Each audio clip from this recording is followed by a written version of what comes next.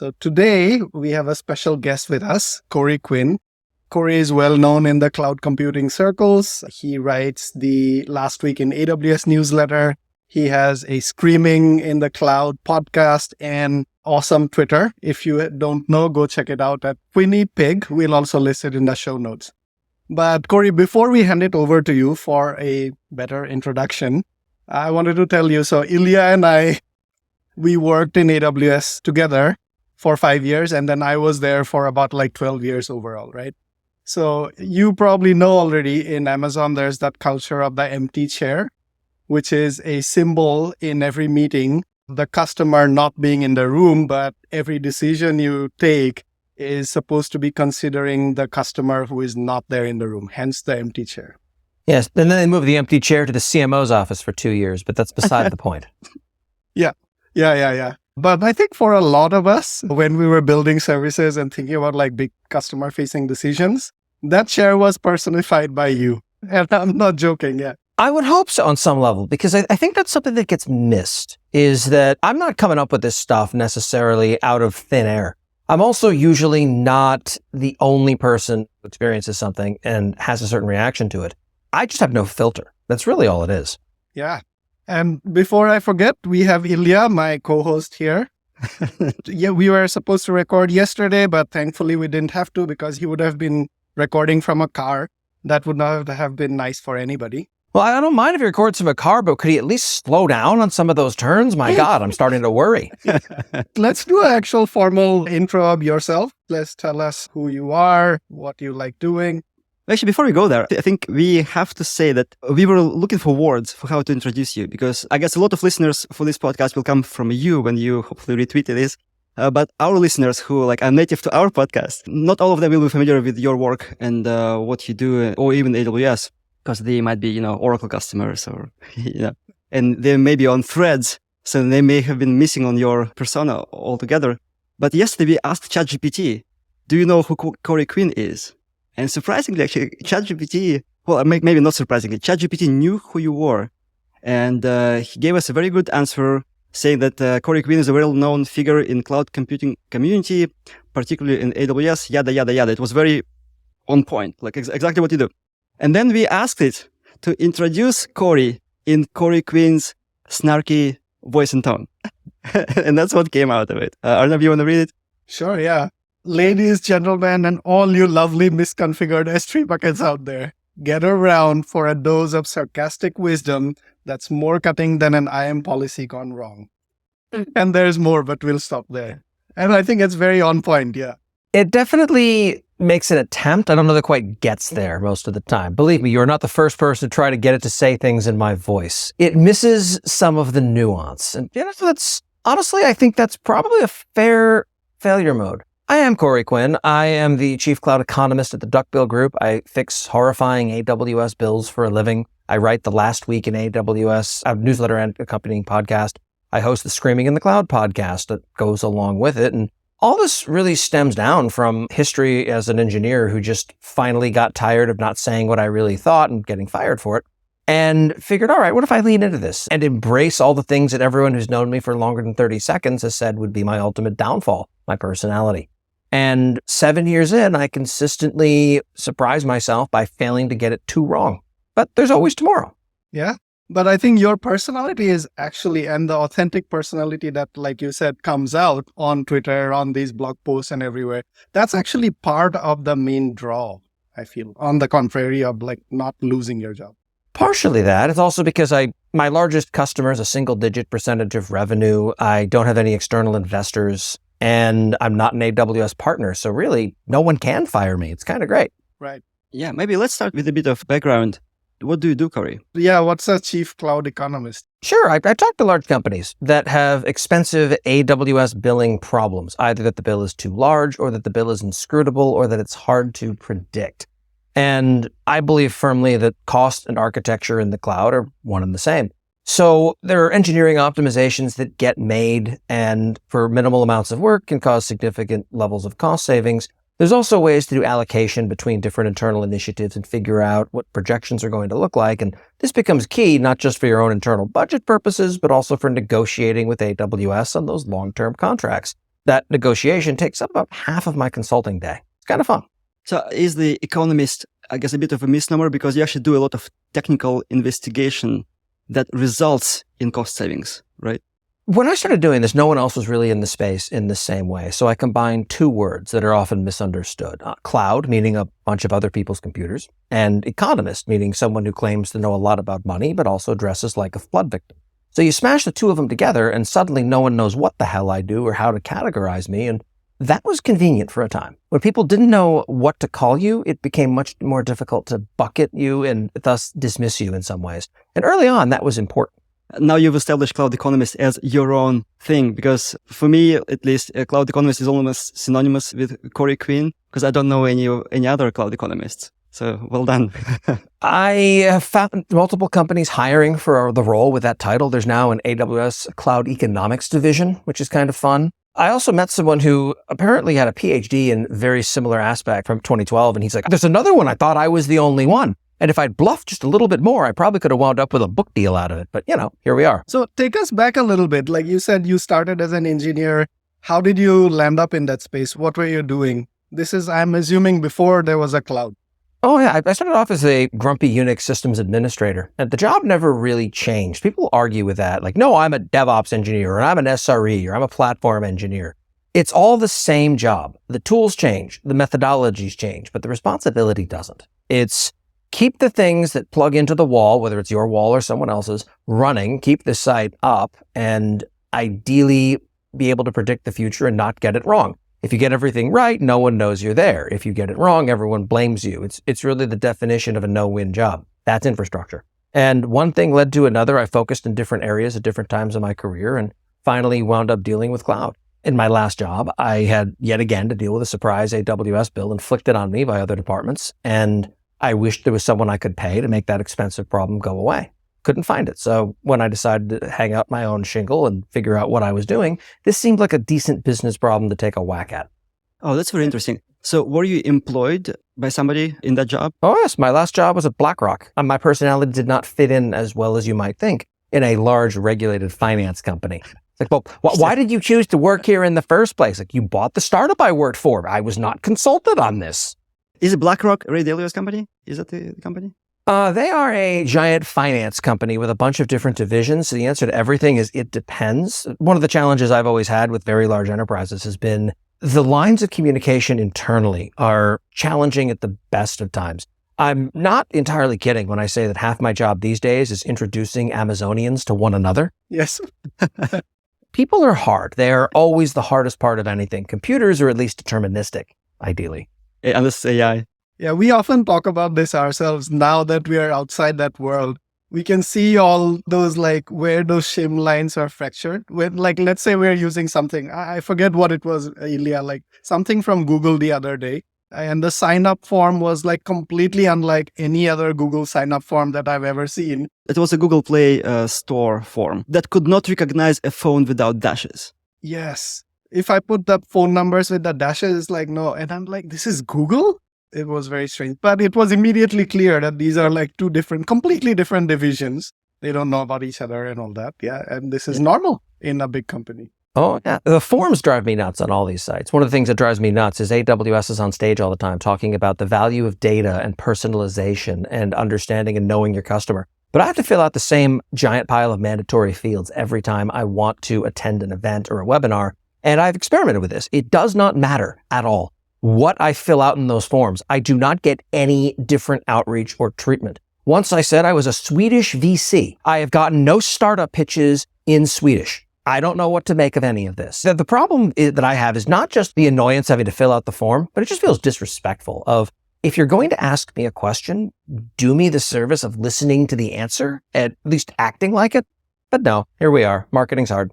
It's essentially like data gathering going on, right? And somebody has probably thought, okay, we'll end up using this data someday somewhere, but nobody has used it yet. That seems to be a big push by the cloud providers. You need to collect all the data you can. Why? Because we charge you for gigabyte per month on that. So yeah, store all the data. Probably not the actual reason, but it's hard to argue against it. Yeah. So Corey, one of the topics we like to talk about with our guests is, because we recently jumped a big tech corporate ship to do our own thing. And you did the same thing 7 years ago. You went from BlackRock into around your own consultancy.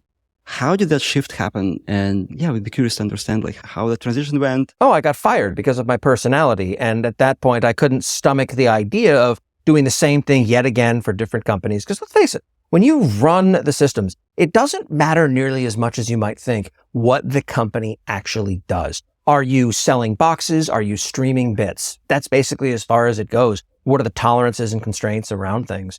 And that problem just started to look the same again and again and again.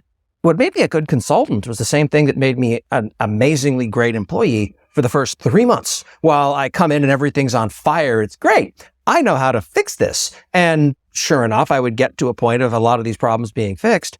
And then, all right, now maintain it forever. That didn't work very well. So instead, I found myself in this unfortunate place of having to figure out just what the hell to do now. And then finding the fun problems involved me straying into other people's lanes. Not recommended. So did you find your, I think, co-founder, right?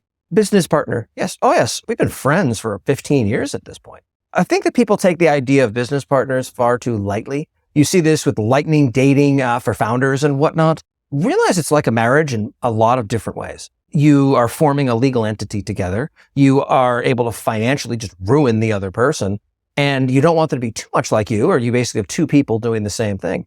Mike and I are nothing alike in most ways. My first language spoken at home was sarcasm, whereas Mike's love language is Microsoft Excel. But where we wind up aligning is that there's no daylight between us when it comes to our values. And that's one of those important things.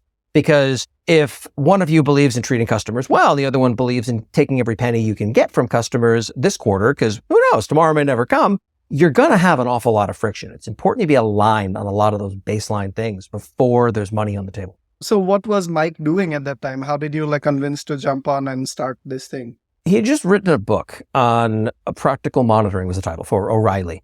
And he was an independent consultant focusing on the observability world. It turns out that if you really want to hate what you do for a living, write a book about it. That convinces you that you want to go find something else. So I convinced him to come run this place. And we wound up merging a new entity, and here we are. So hold on. What is it in writing a book that makes you hate what you do? Because I've just written a book, so... Common misconception is that people want to write a book. I don't think that's actually true. I think they want to have written a book. So I wound up figuring out one day that I want to do it, but I don't have that kind of attention span or that number of words in me. And I had believed that for a long time until last December for the holidays. Mike and my wife and a few friends wound up pitching in and buying me a series of books, leather bound, called The Complete Works of Corey Quinn. This is just a printout of my tweets from 2021. It's a multi-volume set. And it's psychotic. It's a list of all the stuff I put out there. It's over 1 million words. I guess I did write a book. Can you open a random page from the book on your desk and read it? Oh, we could absolutely do that. It doesn't matter. There are times I wind up putting all kinds of weird pictures up there. They start out the retweets, all the rest. Everything I put out there. Just pick any random day and look at me on Twitter. No, we're not going to call it X. And that's what it turned into. Weird stuff. Do you know that book, Shit My Dad Says? Or Shit My Dad Tweets or something like that? Oh, yeah. It's funny. In fact, the picture I just pulled up there was a picture that I captured that someone had this was back in the early days, in the pandemic. There's a Rorschach blot on a mask. And my caption was, ooh, I can buy a mask with an awesome image of my parents fighting on it. Yeah. Fun stuff. Just the psychotic stuff that pops into my head I never had an outlet for before. Well, I do now. At least I did till a jackass bought it. I love this idea of the book. Is there a greatest hits? Are there likes and retweet counts and all that on there? No, I pay almost no attention to that because my jokes are for me. I care a lot more about, is this humorous to me? Does it work? It's not for everyone. And I think that's something that a lot of people miss when they're trying to find their voice is they try to appeal to everyone. In doing that, you're going to appeal to no one. Also, no matter what you do, some people are going to just flat out not like you. And if you're a people pleaser, that gets unfortunate, but you also can't avoid it. So you have to figure at that point, do you want people to dislike you for who you actually are or for who you pretend to be? For me, it wasn't much of a choice. So do you have a setup like greatest hits there for yourself? Not particularly. I'm not one of those who sits alone at night chortling at my own jokes and how clever I've been. So I'm curious, when you set out to write a joke, so first of all, is there a routine or do you just randomly do it whenever an inspiration comes or you have a specific time and day or something? I tend to take the perspective of just whenever I wind up working on some particular area of sitting down to write a blog post or whatnot, or coming up with anything, a blank page is scary. It doesn't give you a whole lot.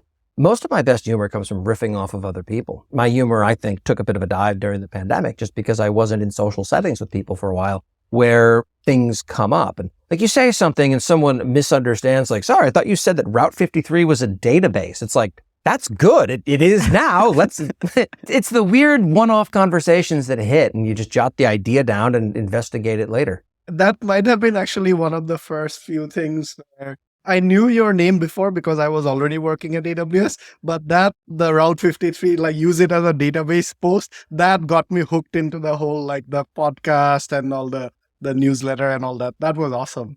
I mean, at some level, I realized that anything can become a database if you hold it wrong and take a sufficiently liberal view of what a database is. I mean, hell, you have information. I can ask you about it. Congratulations, you're a database. Yeah, we should link to that episode from our show notes, because I remember that was the very first episode I listened to, because you just kept talking about Route 53 as a database on Twitter.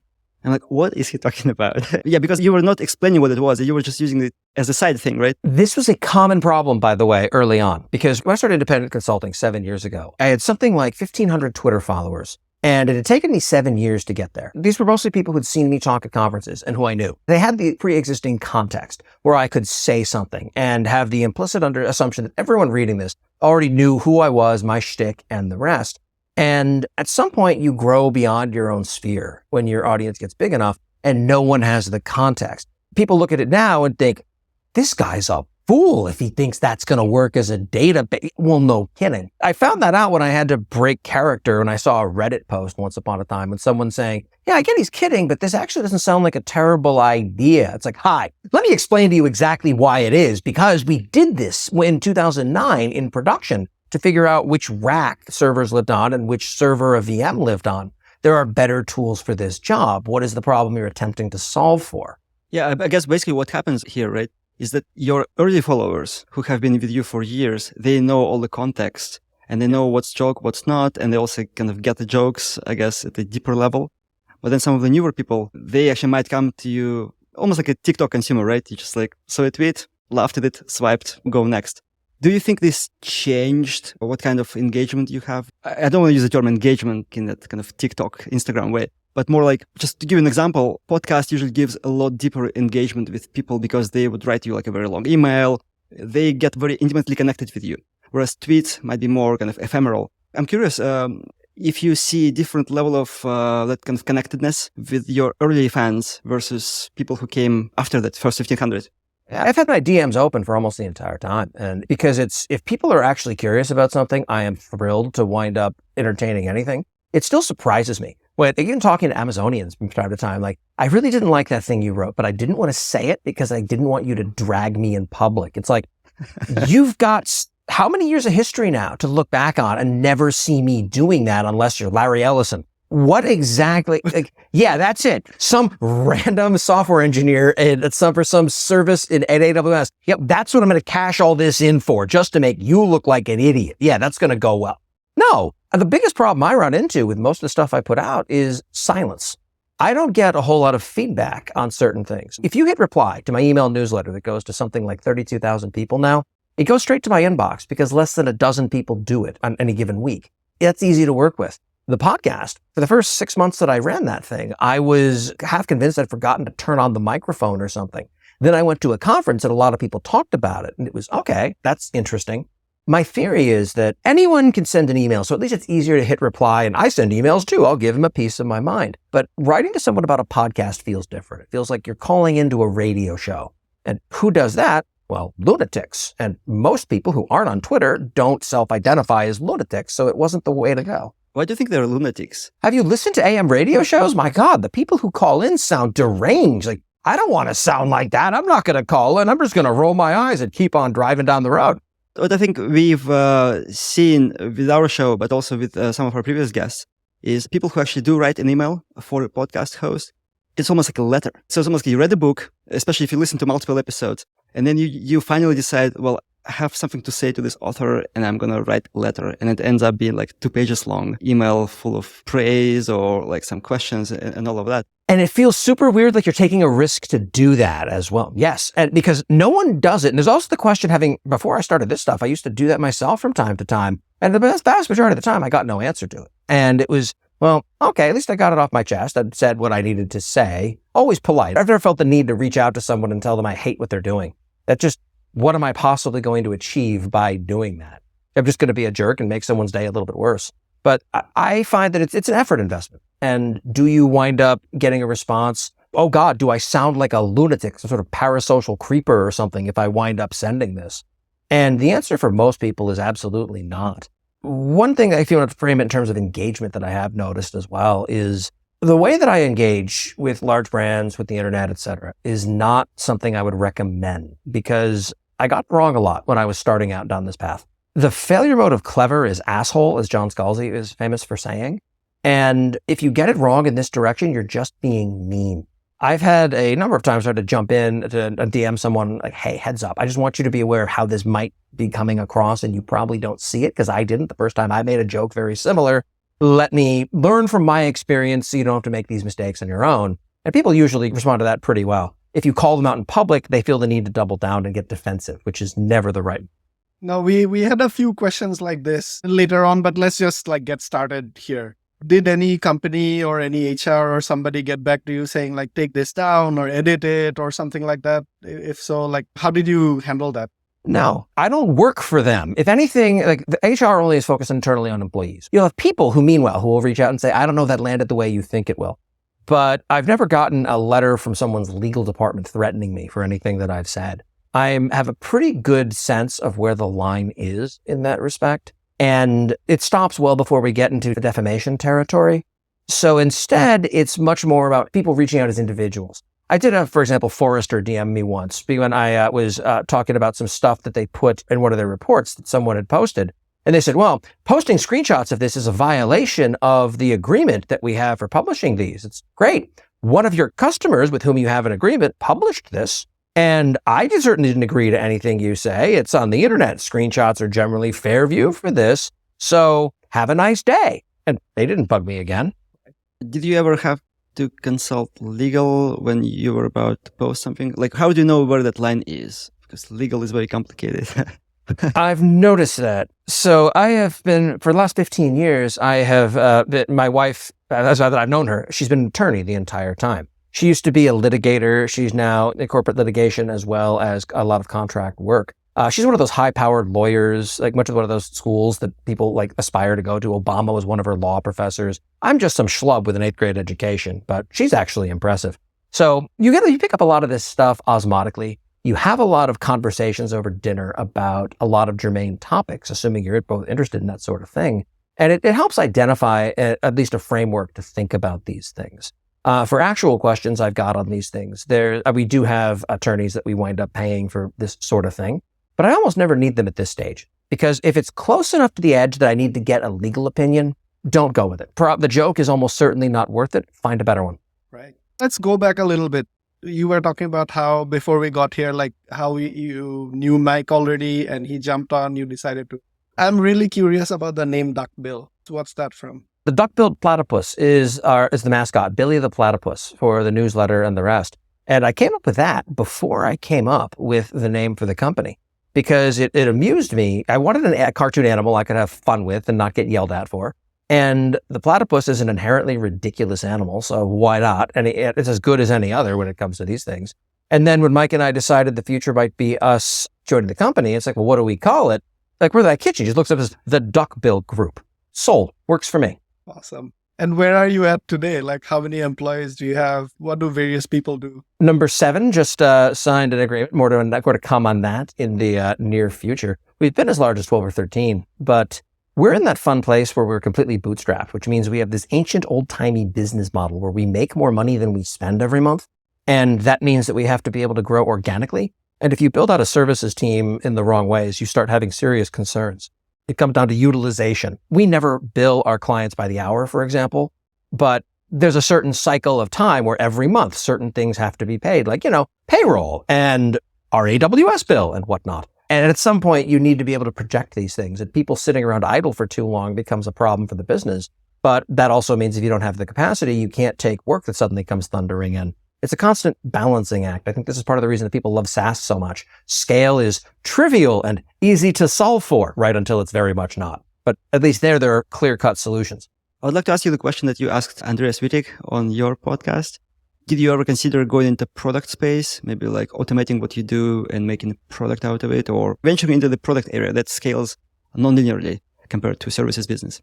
I considered doing that at the beginning. I thought that's the direction I was going in. But the problem that I've discovered across the board when it comes to at least AWS billing optimization is that it is not something that is nearly as math and API driven as you would think. It is overwhelmingly dictated by psychology. It's a people problem. And there is no API legally that you can install in people that makes them all behave a certain way, or you can address them programmatically. It's things that make logical mathematical sense. Like, okay, this is less of a problem these days, but earlier on, we talked to a customer. Great. You should buy $18 million of reserved instances this month. Go. But they sit there and they'll hesitate because it's more money than they'll likely see in their career. And if they screw it up, that feels like a dangerous thing, so they don't. But they should, because they're going to be spending that money one way or the other. You might as well do it at a discount. But the psychology of it is fascinating. One of my personal favorite areas is the sense people have around loss aversion. People would much rather have 95% coverage of their spend than 102%. Now, 102% is mathematically going to be better for them regardless, but they are going to freak out about the overspend far more than they will about not having spent enough. It's kind of weird. Is it the prospect theory that Daniel Kahneman was talking about? I think he got the Nobel Prize for this, where it's like people are, I forgot the number, but almost like 10x more prone to be risk averse. I guess the risk affects them 10 times more. Yeah, loss aversion specifically. Yes, it's partially that. It also flips in its head in some ways for corporate entities. If I told you right now that you need to come up with $1,000 for something, and you can either make it additionally or you can cut your cost to come up with it, people will by and large bias very heavily as individuals toward cutting costs. It's easier to cut Netflix and stop eating out than it is to wind up getting another job or negotiating with your boss for a raise or coming up with a side hustle. Companies, on the other hand, are optimized inherently towards growing revenue, entering new markets, building things and boosting their returns. Cost optimization is one of those things you feel like you should do on some level, especially when the market turns and people suddenly care about it a lot. But you can spend all your time optimizing costs or working on security or buying fire insurance for your building, but it's not going to move you 1 inch toward your next actual business milestone. It might keep you afloat long enough to do those things, and you need to do those things, but it doesn't generate value directly on its own. So do I understand you correctly that businesses are inherently optimized for maximizing revenue and growth, whereas people who work in those businesses, they are wired to be loss averse, and that creates kind of that problem? As individuals, yes.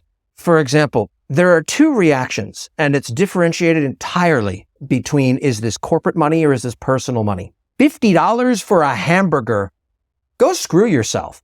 $50 for a hamburger. I'm going to need a receipt. People treat company money differently, as they should. One of the most toxic pieces of advice I've ever heard people give around expense reporting and, all right, you have a corporate card. How do I decide what to spend this? Treat it like it's your personal money.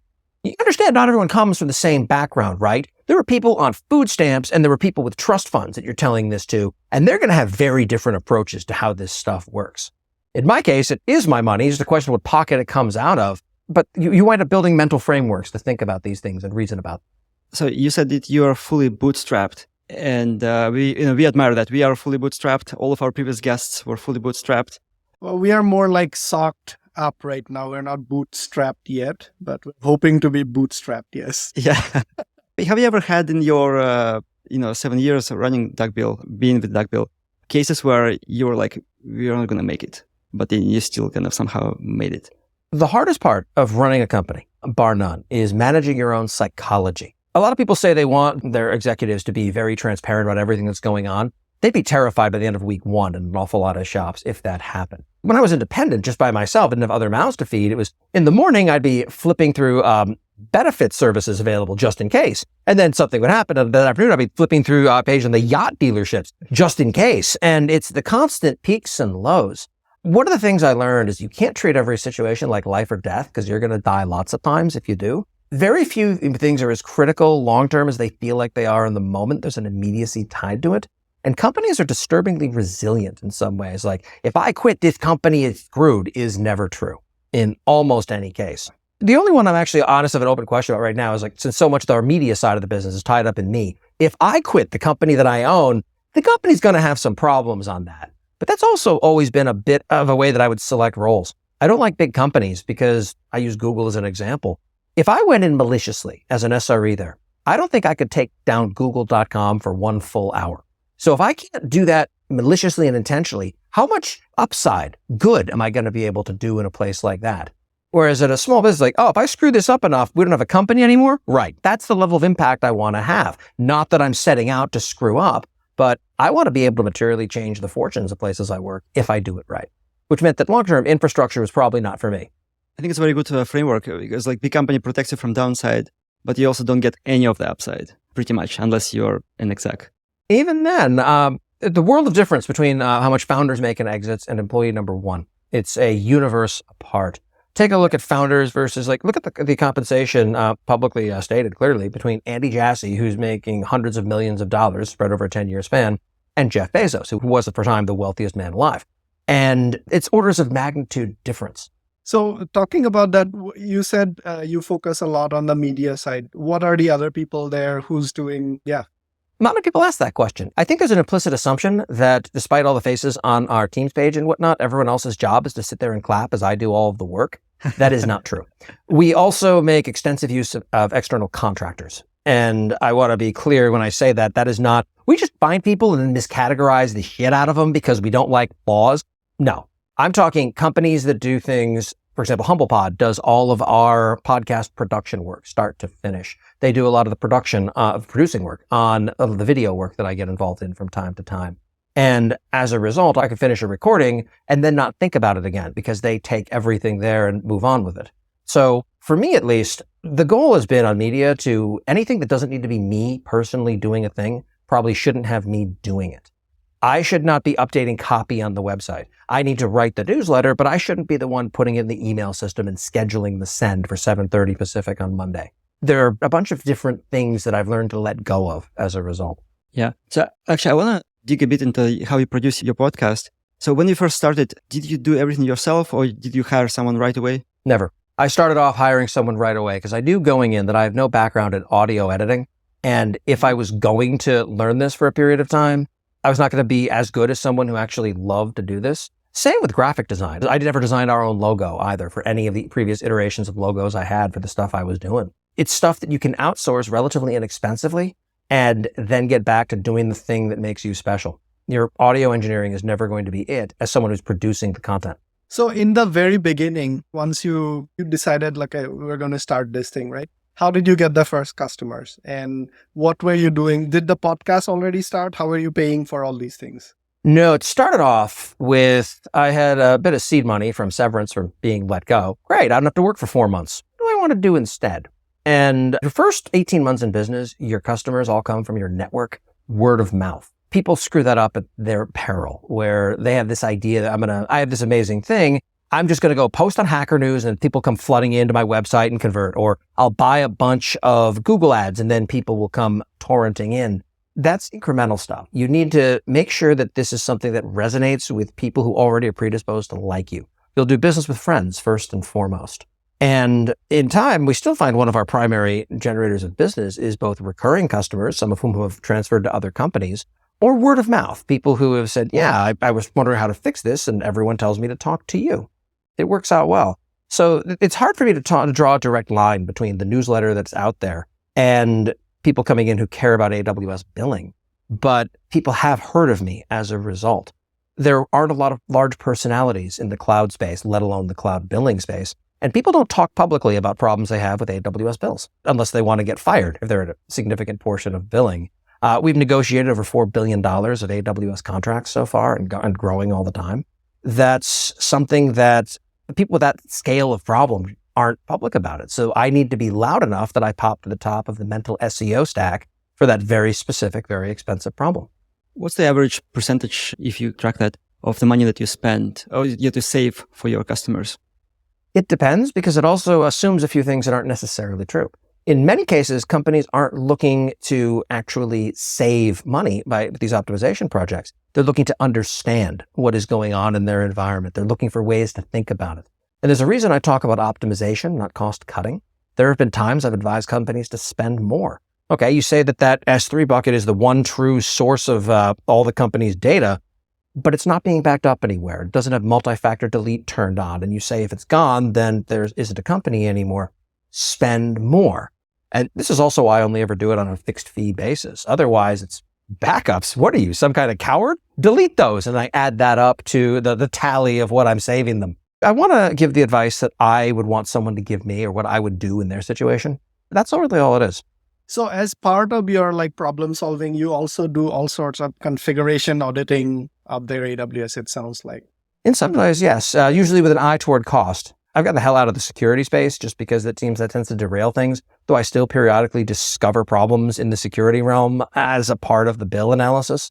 It's a weird party trick, but I can take the PDF exploded bill of someone's month on AWS and then describe their architecture to them. It's a sad party and it's winding down at that point, but still it can be done. Architecture and cost are the same thing. We also have no partners in the space, which is intentional and by design, which also means if I recommend a product or a service to a company, they listen because they understand that, oh, this is something that I believe in and not just something I'm recommending because I get money if I do it. So what are some of these huge architectural, anti-patterns, if you will, that you very often see people come in and okay, that's the one thing, go change that and you'll save X% immediately? There are remarkably few that I can say that about definitively. There's a reason that we classify these things as curiosities. It's a lot of tooling and approaches tend to assume, oh, you have duplicate cloud trail management trails in place. That's a bug, fix it. And 95% of the time, you're right, it is. But there's also that edge case where security as an organization wants to have its own unadulterated trail that has not been touched by anything else, and then they won't share that onward. So, okay, that is a position to take. Here is the actual cost of that decision. Now you have context to figure out how you want to make that decision going forward. What we do is purely advisory. We make no changes to customer accounts for a variety of excellent reasons. But it's almost always a mistake when you see it. Data transfer is often rife with misunderstanding. The generalized advice is, the AWS comes up with is buy some savings plans or reserved instances. Go ahead and right size your instances. Usually in that order too is the way they recommend it, which is not how you want to do it. And third, we are completely out of ideas. Oh, wait, switch to Graviton and or serverless. And the reason they love giving that advice is because those three are really the only three things that can apply almost universally. Everything else is contextual and it's nuanced. And it's not something that is going to lend itself to just blindly run this script and it'll be fine. Our internal tool suite, we consider to be sort of power tools in that these are the tools a professional would use with context. But that doesn't mean you necessarily want to give it to someone who has no idea what they're looking at because they're going to take whatever the tool says as gospel and get themselves in trouble. Ilya, do you want to move on to the media side of it? We had a lot of questions about that. Yeah. I'm really interested in tracing how your media and content evolved. So I guess let's take a step back. So today you have Twitter/X. I don't know which one you use. Anyway, so you're on Elon Musk's ground. That's just plain fun. That's not actually revenue driving. I've never monetized Twitter. Right. So, but still, it's it helps a lot. That's how probably many people discover you. Then you have two podcasts, Last Week in AWS and also Screaming in the Cloud. You have a newsletter, maybe two. One newsletter comes out 3 times a week. Monday is the roundup of AWS news. Thursday is the same thing with a security focus, different releases. And Wednesday is usually long form thoughts. It's also a blog post. The AWS Morning Brief podcast is just the spoken word version of those because not everyone wants to read. Some people want to listen. I'm not like that, but I'm there for other people in the way they want to consume content, not the way I would want to consume content. And the Screaming in the Cloud show is different. That's something else, and we'll get to that in a bit. But this all started off as just the newsletter by itself because I was already having to pay attention to everything AWS put out. Noticed that there was a tremendous amount of nonsense when it came to the sheer number of things that they cared about versus what customers needed to think about. And I wanted someone to distill it down to the interesting things. And they didn't really have anything out there like that. So I figured I was already having to look through this stuff. That got me 80% of the way there to catch it all. And then I figured I'd just write some stuff and send it out. I would give it a few weeks. And at some point, if I didn't have at least 50 people reading it who I didn't know, then I would go ahead and shut it down because that would just be sad. Then Charity Majors tweeted about it when I pre-announced it by 2 weeks. And the first issue went to 550 people, and it's been growing ever since. Oh, wow. So what year was it? That was 2017. So wow. So Charity Majors was that popular even back then? Oh. Oh, Charity's been great. She, in the space that I operate in, yes, very much so. We knew who she was long ago. And that historically was the space that I wound up focusing myself on because it's the field I come from. Those are my people, for lack of a better term. Yeah, for those listeners who don't know who she is, I think we should link one of her InfoQ talks about testing code in production. I think that's what it's called. That's an amazing talk about observability. So today, do you do all of you write the newsletter, the weekly one you said, right? The in-depth one. What else? What else are you doing for the media side, or is it all you? All the content is me. I don't have anyone else writing any of this. I do have an editor who helps once I put out the rough draft, who then winds up helping with structure, and then I go back and incorporate those changes. But that's writing. Everyone else is operations side or sales side, for example. That's what sort of happened next is a company, Datadog, as it turned out, reached out after I've been doing this for about 6 weeks and said, can we sponsor your newsletter? And it's like, can you give me money to talk about you? Of course you can give me money. How much money? It sort of grew from there. And it was surprising given to me the relatively small scale of the audience versus the revenue it commanded. But it makes sense when you realize that this is a specialized audience that has tremendous influence over purchasing decisions. And if one prospect becomes a customer, it sponsors everything I do for a decade and change just because the dollar figures are so ridiculous. And it was a surprising source of revenue. I treated it like its own P&L. So I was able to then take that and basically self-finance investment in the media side of the business. My total upfront investment for the newsletter, I decided I'd give it $2,500 because that's what it cost back then to join the AWS partner network. And is that the best way to grow my business? I don't know. If I had that money, what would I do with it instead? Well, I do have that money. Let's see. I have a theory. And here we are. The podcast came a few months later, Screaming in the Cloud specifically. I just recorded the 500th episode of that, so it's been going reasonably well. But it started off as basically an excuse to talk to people I had no business speaking with. And because if you historically, at least to my mind, wanted to talk to someone, their response would be, how do you get into my office? But if you invite them on your podcast, they'll clear an hour off their schedule to make that happen. And at least that was my opinion at that point. It gave me an excuse to reach out rather than just, I find what you're doing interesting. Can we talk about it? And those authentic conversations with people about things they're excited about, whatever that happens to be, every episode's different. I enjoy the ebb and flow of them all. And you get to see an awful lot of the industry in a very short period of time just by talking to people who are innovating in various corners of it. Yeah, I listened to multiple of your episodes. I think they tend to be pretty short, kind of intense and focused on one or two topics max. Roughly half an hour. I schedule an hour and do a half-hour recording on it because it depends on the topics and where we're going with it. But a lot of people can be interested in engaging on almost anything for that period of time. But if you do an hour, a 2 hour, 3 hour long podcast, well, that's a big time investment you're asking for people to listen to it. And two, people start running out of steam in the things they're really passionate about right around that point as well. There are times I've done episodes that crossed into an hour and a half or so, but it's atypical. How do you think about sourcing the guests? Are you the person reaching out? How do you go about? I am. It turns out that it's not that hard to see someone doing something interesting or they make a great point you hadn't considered to just drop them a line and say, hey, would you like to chat about that on the podcast? And if in the event the answer is yes, great. Here's a link to the booking page. It asks the stuff I need to care about. And I don't think about it again. The time rolls around. I wind up, in 10 minutes, I have to go do a recording about this person. Cool. And I suck at preparing for things. I'm ADHD personified. And when that's your failure mode, you've got to be good at improv. So great. We spend about 10 to 15 minutes beforehand talking about what it is that we're going to cover. Anything I should avoid talking about if they're sensitive about it. Great. Let's dive in. And for the rest of that, we have to do about 40 to 45 minutes most times on the recording side of it. And then we wind up cutting that down as a result. So before you start the recording, you talk to them right away before you hit the record button. That's how it works? Yes. Like warm up. Yeah. Because otherwise, we have a pre-meeting a week in advance. Great. I'm not going to remember what the hell we talked about in that level of context and depth. And once you get people there, it's good to at least figure out the direction. Even if they say there's nothing in particular I need to talk about, great. I'll take it from there. And then you throw it over the wall for the editing and all that. You said you outsource all that. I wind up closing the browser tab and don't think about it again because we've automated an awful lot of this. Even the publishing and scheduling and all of that.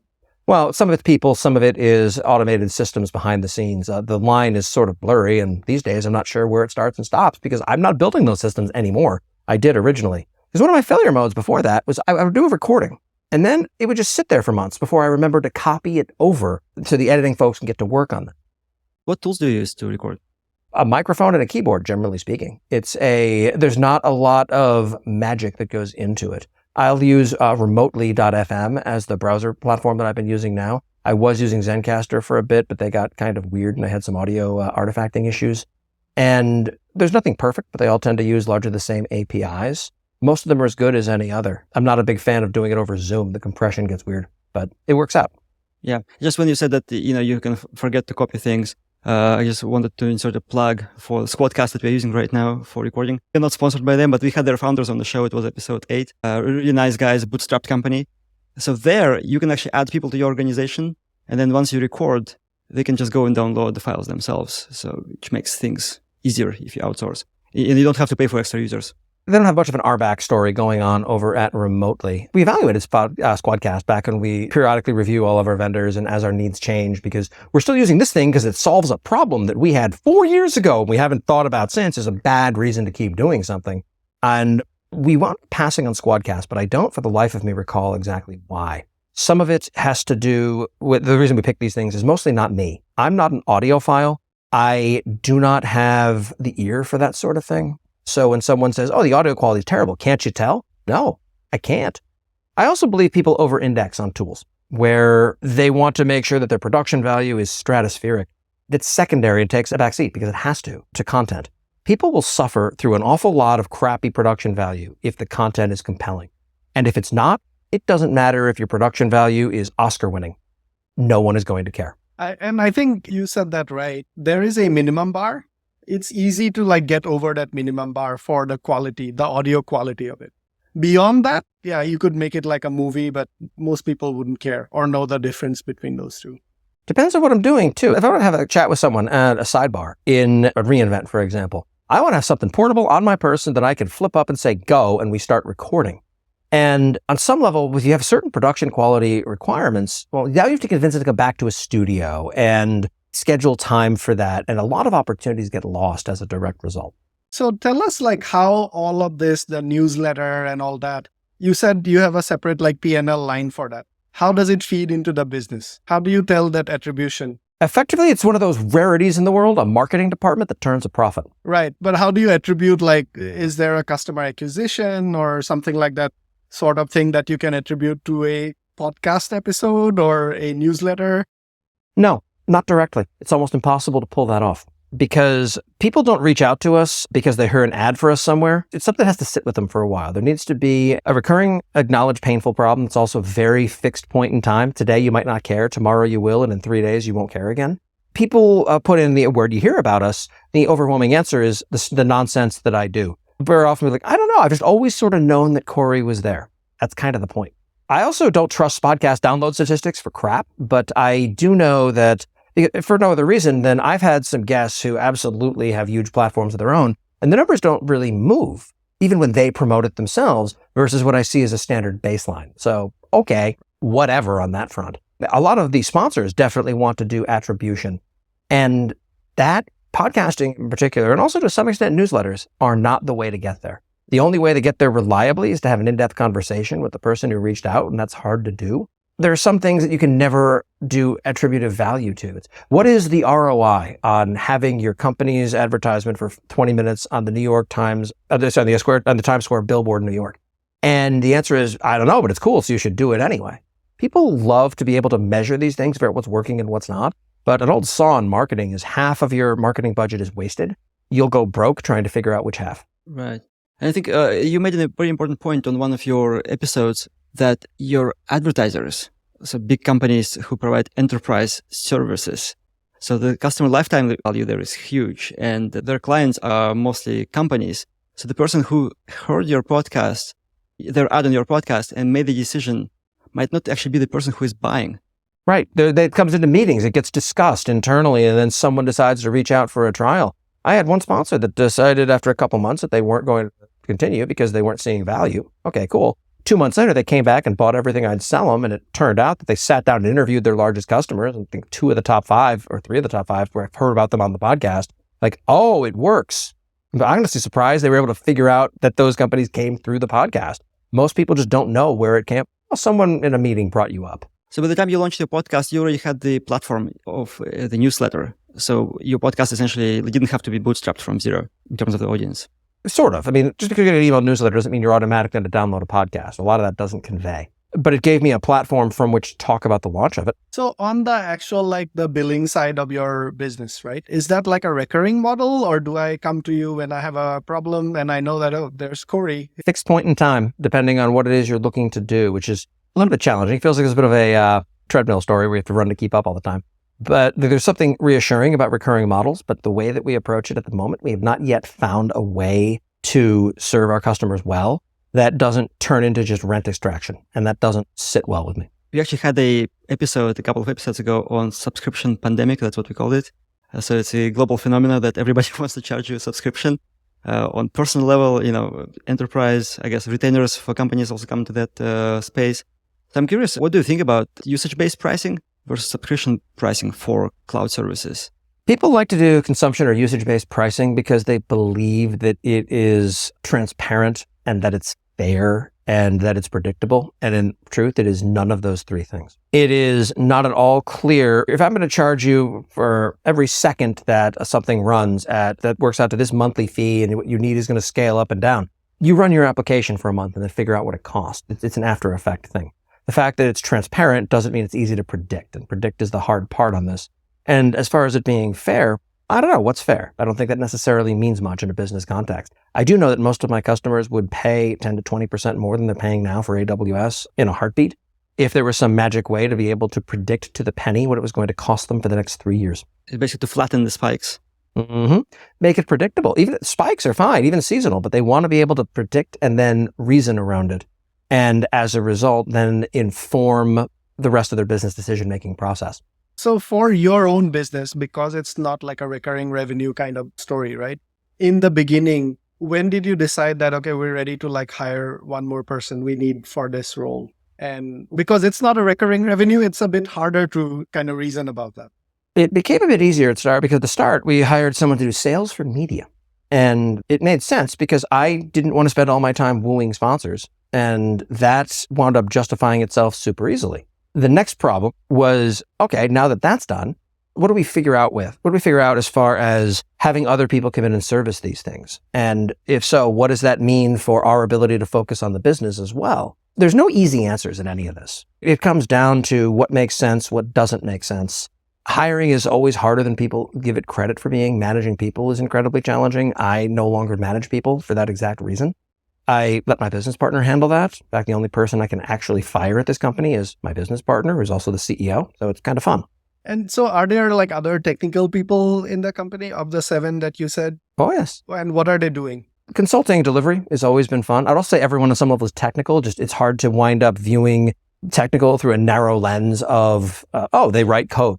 They are very technically proficient at the areas that they focus on. Like one of the challenges as well is when you hire for someone to do the kind of consulting we do as we do it, it's basically unicorn hunting.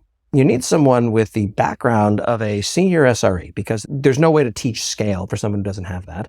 You need them to have the consulting skills, which look like a lot of varied things. They need to be comfortable presenting to clients at basically every level of the org up to and including the board. And then when you get all that done, a lot of the work starts to look repetitive from certain points of view. And these people are often bored and then they decide what do they want to be doing instead. So there are challenges in this space. We don't believe that we've managed to solve them all yet. We're getting closer. So as a founder and a business owner, you're probably more tolerant doing repetitive things because it brings you money. Personally, I can't stand when too many days look alike. But there's a reason that the type of engagements that I work on look very different than the type that other folks work on here. The long-term deep dive into every aspect doing cost analysis doesn't interest me. My attention span trips out. But let's sit down for 2 days and tear through one side of your bill and then down the other and find the optimization opportunities there in a quick first pass. That's always fun. So I want to get back to that point you made about your first 18 months of customers being from your network and all that. I want to ask a selfish question. Because, we are a bootstrap business, so we will launch our product maybe 2-3 months, I would say, in the very best case scenario, because it takes time to build it. Publicly launch, yes. Yeah, publicly launch. Yeah, we may run out of money in terms of like our own savings, right? And we don't necessarily want to take VC funding unless we really have to. So we were thinking about doing consulting. maybe some product consulting, maybe consulting people like on the process for like product development because of our experience. So actually, what would you recommend to folks like us? Like, how do you find your first customer in your network? People do consulting in a lot of ways, and I think a lot of them are misguided at best. Never charge by the hour. You're going to spend at least 70% of your time on client development and finding new clients. So unless you want to work 120 hours a week, I don't recommend that. There's also the idea of being very narrow and very focused, because it's much easier when you can speak directly to someone who hears himself in the description of what you do and address the expensive problem with which they wrestle. Effectively, I started off with the SRE skill set. What I started off with was great. I am a great solutions architect. Cool. Swing a dead cat. You're going to hit 15 people in a room who look like that. And when you're trying to be all things to all people and going broad, you're now competing against Accenture, who has a bigger marketing budget than you do. Instead, become more and more narrowly niched, because that's marketing. Positioning is marketing. And ideally, you should be able to trigger Rolodex moments where people at a party ask what you do. You tell them like, oh my God, I know someone you need to talk to. That happened a lot. Specificity and being the leading expert in a very narrow space is the way to be able to charge top dollar for a lot of these things. So basically, you were in the niche of your own for a while. You established the niche when you first started. Oh, yes. So I listened to an episode of your podcast, which was probably 6 years ago or so. I probably don't remember the specifics, but I'll take it at face value. Yeah, I can't find it, unfortunately. It was with some VCs who invest in enterprise software or like cloud software. And you made the point that GCP has the best tech of all of the cloud providers, but they have kind of the worst enterprise sales, the worst customer service. And that triggers a lot of people away from that. So I spent time in AWS, spent time in GCP. I kind of have seen some of that internal stuff going on. What you said there really resonated with me in terms of how these companies operate. I'm curious, have you seen much change, I guess in Google specifically, in GCP specifically, over the years? Google's gotten much more proficient at speaking enterprise. I think that is Thomas Kurian's influence, and it's done tremendous things. You no longer have the same trope of the salesperson from GCP who shows up at your office and insults you. That happened in several occasions I can remember personally. They don't do that anymore. They realize that the decision makers are not always engineers, but a lot of the people driving the decision are. That's a natural evolution that works. I also think that Google continues to be technically excellent. I think where they completely missed the ball is understanding just how much damage product cancellations do to them in the conversations to which they are not a party. And at this point, after they killed Google Cloud Domains, how do I recommend a Google product and not look like a clown in the process if it's something that a cancellation is going to cause a problem with? There's no database anymore, right? No DNS service. Exactly. Now they sold the domains to Squarespace. Next, what are they going to do? Sell the databases to Oracle? Yeah. I mean, we ourselves, we use Firebase right now. We have Google domain. How's those dynamic links work treating you? See, by the time we got to Firebase, it was already deprecated. So we didn't use that. Yeah. Oh, good. So you're safe for this one. It's just the next cycle that'll catch you. Yes, exactly. Yeah. But it is a hard thing. Yeah. With Google domains too, I think all the emails and all that Ilya and I have set up, we don't know what's going to happen and there's no clarity. We don't know exactly when what is going to get deprecated. Is there an alternative to it or not? So take on this, because this was a big decision, I suppose. In terms of like the repercussions of that is pretty big, because there are I think 10 million domains registered to Google domains. Like it's both people like small, like individual people just doing domain squatting to like large enterprises who register domains through Google domains. And especially some features go away, like let's say if email forwarding goes away and stuff like that. People will be really pissed at Google. I'm curious. I cannot explain it. Like I've not been there long enough to like really understand how do they make the decision? Like what's your take on this? Every single Googler that I've spoken to about this, and many of these people are remarkably senior, has expressed that they found out about it the same time the rest of us did. Wow. Okay. Corporate communication chains are hard. That's crazy. Yeah. I think coming back to the other side, Amazon as a company and AWS, one big part of it. One of the best things about it is the customer service. Google, we haven't had the opportunity or the misfortune to like talk to the customer support yet. What's your take on like, is that a typical, because Google, the company, doesn't have a good name for customer service. Is GCP similar or? I have to defer to what other people have to say about this. One of the side effects of being known in the space is that when my name comes in attached to a question I have, it tends to get actioned very effectively. It is almost unheard of these days for me to have a poor customer service experience with a cloud provider. And I'm not asking for special treatment, but it also is the natural evolution of these things. I'm also at a point technically where when I start having problems, it is invariably not something that I've gotten wrong on my side. I've solved more problems in the course of my career than I care to name by starting off trying to draft an email to a newsletter, to a mailing list on this, or write a ticket where I distill the problem down into a skeleton reproduction case, and then I find the problem. Rubber duck debugging is great. So at least my issues are complicated. Can you attribute any product changes directly to your feedback? Oh, absolutely. We're talking in terms of AWS, Google, or both? AWS, like we know, I think, ourselves. So we'll just talk about Google, yeah. My personal favorite, and I'm not going to name the service, but the GM was super excited to meet me and brief me on the service a week before reInvent.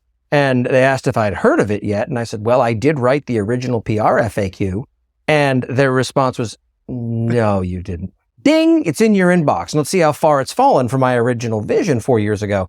And they just had no idea. And again, they weren't true to life on all this. I'm an outsider. What does it matter? But yeah, there's a bunch of stuff that I've seen that I've caused to get fixed, that I've been noisy about, that I have asked for on Twitter and then get granted later. And there are also very good reasons why some of the things I asked for don't get done. No one shows up at work hoping to do a crappy job today unless apparently they work on Microsoft security. So it's one of those areas where it's just, there are constraints. The scale of what they do is monstrous. And it has to work for every customer the service has. And that means that corner cases become common cases at that scale. So looking at these three organizations, AWS, Azure, and GCP internally, where would you say they're doing a great job, each one? Microsoft has the ecosystem stuff working for it, but I think that they're having serious problems right now with their lack of attention to security on that, to the point where I think that we're going to start seeing a lot of brand name customer references going to ask to not be references anymore as a result. Because if you see your bank as an Azure reference customer, what does that really say about you? And that is reaching a fever pitch. Google is doing surprisingly well in a lot of these things where I don't necessarily see that there is a whole lot holding the back except Google themselves. And AWS has focused on some level toward revenue protection and honestly just being crappy to customers in ways that I would not have expected years ago. I don't know what the pressures are that are driving it, but it's unfortunate. And I'm no longer given the same benefit of the doubt or assuming the same good intent that I would have 3 years ago. I wonder if with AWS, because I left AWS when Andy Jassy was still the CEO of AWS, and he was the founder of AWS, even though he was an employee of Amazon, but he was the founding figure, right? And Bezos was still the CEO of the company. And I think, in 2021, basically AWS CEO has changed. So it was no longer led by the founder, but by hired executive. I wonder, I mean, I can only speculate, of course, if that might have played a role, because a founder figure might think a bit differently about certain issues. It's entirely possible. I don't know at some level what that is. And I think that a lot of these factors are incredibly complex, and trying to distill it down into simple talking points from the outside is a fool's errand. It's, what they're doing is easy. All they have to do is just, no. None of this is easy. But I do know that historically customer obsession was their guiding star, and it feels like that has been lost as a customer. That is what I am feeling. And that was the thing that made AWS special. And if you take that away, there's not that much difference between them and Oracle, if we're being perfectly direct. And I know a lot of Oracle customers, but I don't know anyone who likes Oracle. What has taken that space, the customer obsession piece of it that's missing now? I don't know that anyone has yet. I mean, at least the small companies, it's easy to do because, you're a small, scrappy startup and you want to obviously be great and give a lot of attention to your early adopters and the rest. But somewhere between that and a $1 trillion publicly traded company, a lot happens. Right. No, I mean, like in AWS, you said the North Star, the focus used to be customer obsession. Now it's no longer that.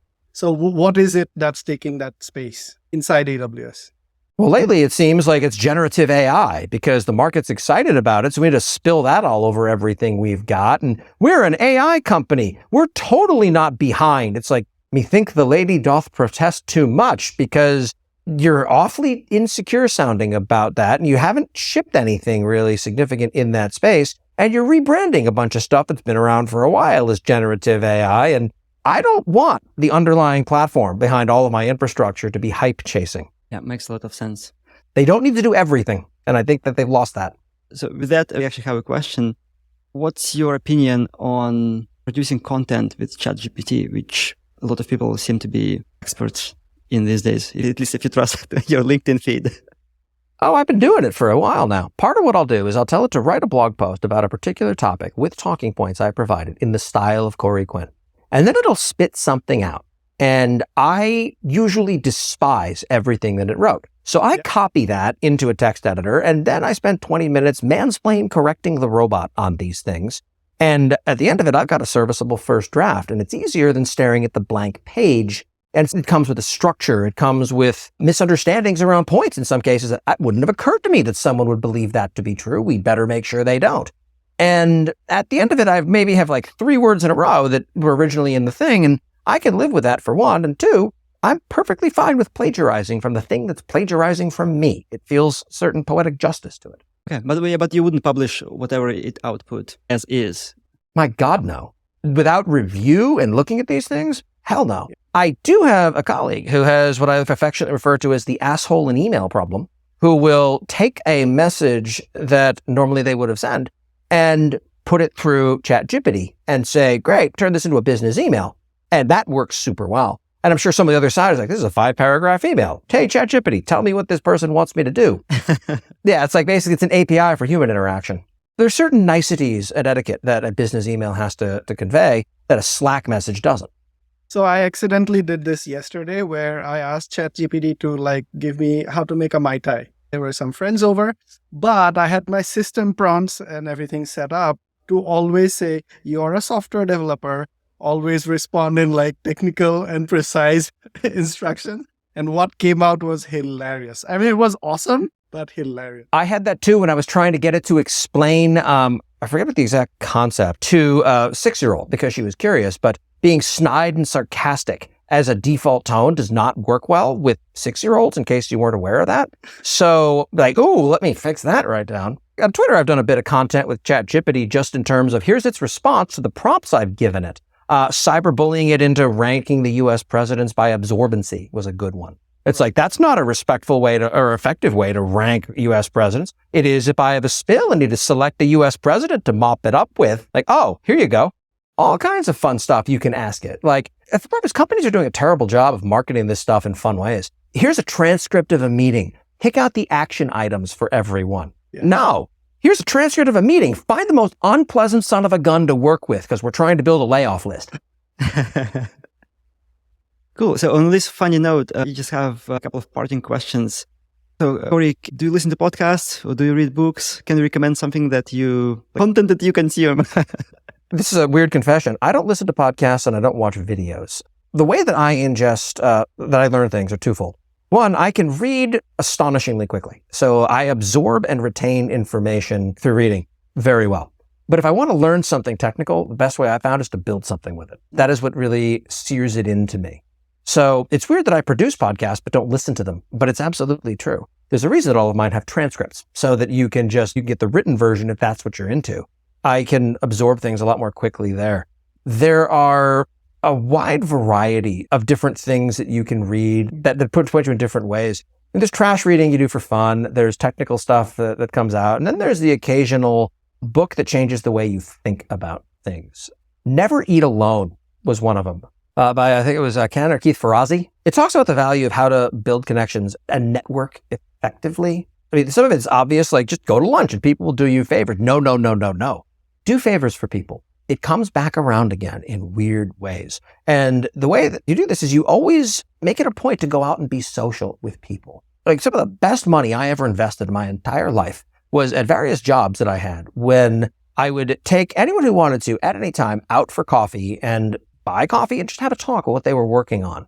I must have spent thousands of dollars on coffee a year, and it was worth every penny because sometimes it turns into weird stuff, weird ways of seeing the world. Weird opportunities. They talk about the problems that they have, and that gives you an idea. Or, hey, I know someone who's focusing on that. Have you two met? It's a small thing for you, but in some cases, it can change everything for them. And that's vindicated every time that I wind up getting a rando DMing me, which still happens from time to time, about something I said years ago about job interviewing or having ADHD or any of the other stuff that I rant about sometimes really changed their perspective. And then they credit that with changing how they approach something. I don't think I did much. All I did was just made an observation. They did the rest of the work. But it's gratifying to know that hearing the right thing at the right time can affect people's lives. It's been years since I read it. I should definitely read it again. Cool. Yeah, we will link this to the show notes. Now, before we close, I had a side question from what you said. You mentioned that basically the mode that you learn things is ingest things is to try them out, right? How do you keep up with the insane volume of stuff that's coming out from AWS, Azure, GCP, like all the time? Because AWS putting out something does not mean that it is for you. Okay, that's interesting. Maybe I'll use it for something. Maybe I won't. I don't try the majority of things that come out, but there are things that I go very deep on. But if I have a spare afternoon to kill and I build Slack into my schedule for this sort of thing, all right, let's try spinning up something with Amplify and let's see what I'm going to learn. What did I learn? I learned I'm not a front-end developer, and that was fine. But even just kicking the tires on those gives you an exposure to it. But for a lot of the in-depth stuff, talking to people, this is the value of talking to people. I might think that Aurora Serverless is crappy for a use case or great for a use case, but I'd rather talk to people who've been building production applications on top of it. What do you think? Because if you love it or hate it, that's going to tell me something. And there's also a circle of people I trust on a lot of those things who are working in certain areas. I don't necessarily trust randos, like I may as well trust Amazon reviews. I don't care. But people that I know in certain spaces who have opinions that are considered and worth hearing, I listen twice to those people. Yeah, so Corey, where can people find you? Last week in AWS.com, there's a newsletter subscribe here thing. Put your email address in and send and hit that. You will likely enjoy what comes out over the next few weeks once you do that. We have like a fun onboarding drip campaign that explains some of what we do. But honestly, it's my thoughts every week on what is going on in the industry delivered in my native language of sarcasm. And that is probably the best exposure to what I do these days. How about Twitter? What's your Twitter handle? I try to avoid driving people to Twitter unnecessarily, but if you're there, it's Quinny Pig, QUINNY, Pig. What is pig a reference to? Because when I changed my name to Corey Quinn in 2010, all of the usual domain stuff was taken. And Quinn is a great last name to pun with. My wife and I, for example, don't engage in hanky-panky. We have quintimacy. So, keep rolling with it. And it was an experiment. So instead of being a guinea pig, I'll be a Quinny Pig. And it just sort of stuck. That's very cool. All right, Corey, thanks. It was a pleasure to have you on the podcast. And I think I need to close this with, if you like this episode, give us a 5-star review. If you hated this episode, give us a 5-star review. That's how you end your podcast every time, right? I do. And then also leave an insulting comment, and then I throw it back to something that was said during the episode. Again, this is like how I keep it fun and engaging. And I generally don't know what I'm going to say until about halfway through the sentence introducing it. It's like, great. Like, you'd better have something. Goes well. It's games I play with myself to keep myself engaged. All right. Yeah. Thank you so much. It was awesome. Yeah. Thank you for having me. I appreciate it. Thank you.